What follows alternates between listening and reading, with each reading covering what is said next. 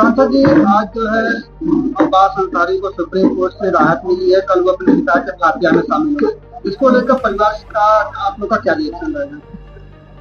हाँ, माननीय सर्वोच्च न्यायालय ने एक याचिका दाखिल हुई थी, उसमें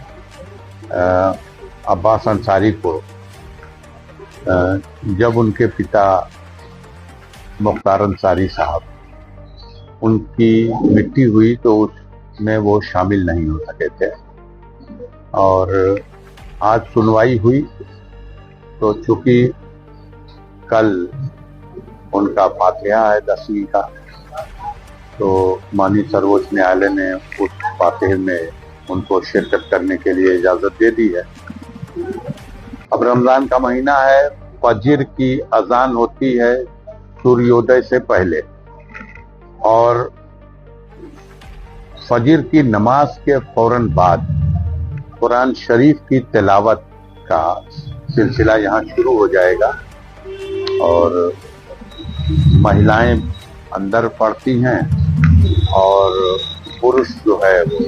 यहाँ, ये बरामदा है, यहाँ फातिहा होता है, यहाँ फातिहा पढ़ेंगे।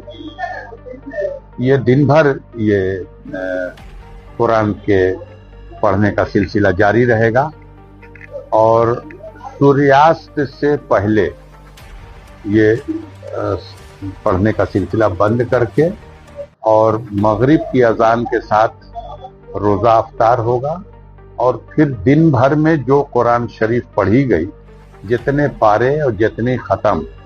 वो सब कलेक्ट करके एक जगह उसको तरतीब देके लिखा जाएगा, और फिर हाफिज जी और मौलाना साहब, ये लोग सब लोग, परिवार के सारे लोग मज़ार शरीफ पे जा करके, उनकी कब्र पर जा करके फातिहा पढ़ करके, और जो कुरान पढ़ी गई है उसको बख्श देंगे, और अल्लाह से दुआ करेंगे कि इसका सवाब जो है उनके हिस्से में, और उनकी मग़फ़िरत के लिए,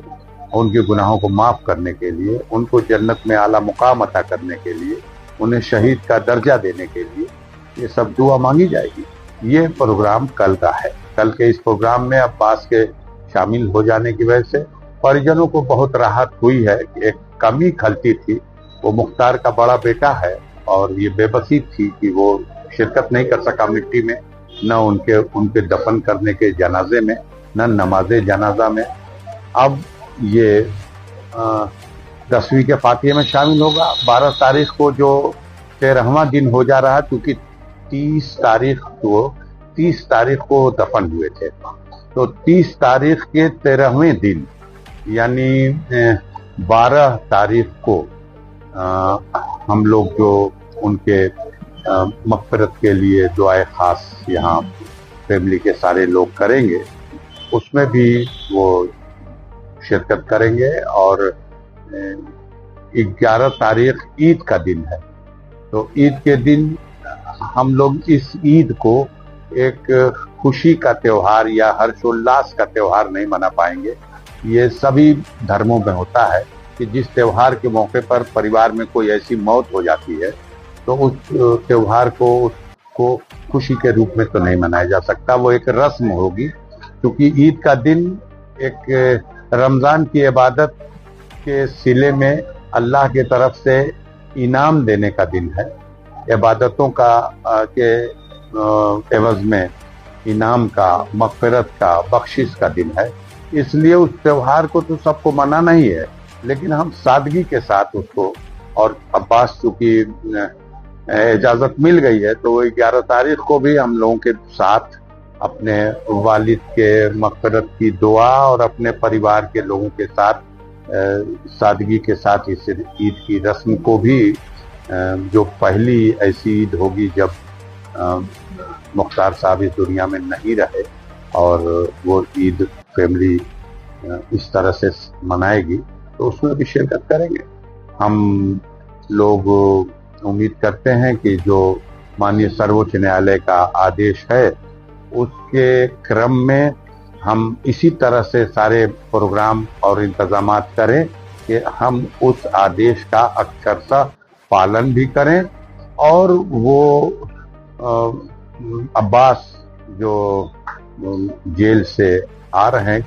कस्टडी रिमांड कस्टडी पेरोल उनको जो ग्रांट हुई है, तो वो उस अवधि में अपने परिजनों से, रिश्तेदारों से या ऐसे तमाम घर परिवार या पड़ोस के जो ऐसे लोग हैं जो उनके गम में उनके साथ मिल करके उनके गम को बांटना चाहते हैं और उन्हें हिम्मत और दिलासा देना चाहते हैं और उनके लिए दुआ करना चाहते हैं, हम सब लोग मिल करके इसको मनाएंगे, यही कर सकते हैं। ऐसे में कल जब वो आएंगे तो क्या उसके कोई टाइम फिक्स है कितने बजे फातिहा के लिए जाएंगे या कभी भी जा? नहीं, फातिहा के लिए तो किरण डूबने के बाद, सूर्यास्त के बाद, और फातिहा शुरू होने का जो कुरान शरीफ की तिलावत शुरू होने का जो वक्त है वो सूर्योदय से पूर्व फजर की अजान के बाद फजर की नमाज और नमाज के बाद कुरान शरीफ की तिलावत शुरू हो जाएगी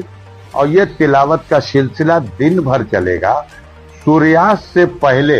इसे खत्म कर दिया जाएगा और अंतिम रोजा है, रोजा अफ्तार करने के बाद उनके कब्रिस्तान पर जाकर के जो कुछ दिन में कुरान शरीफ की तिलावत हुई है उसको वहां बख्श दिया जाएगा। ऐसे में अगर बात करें तो कल वो जो देश है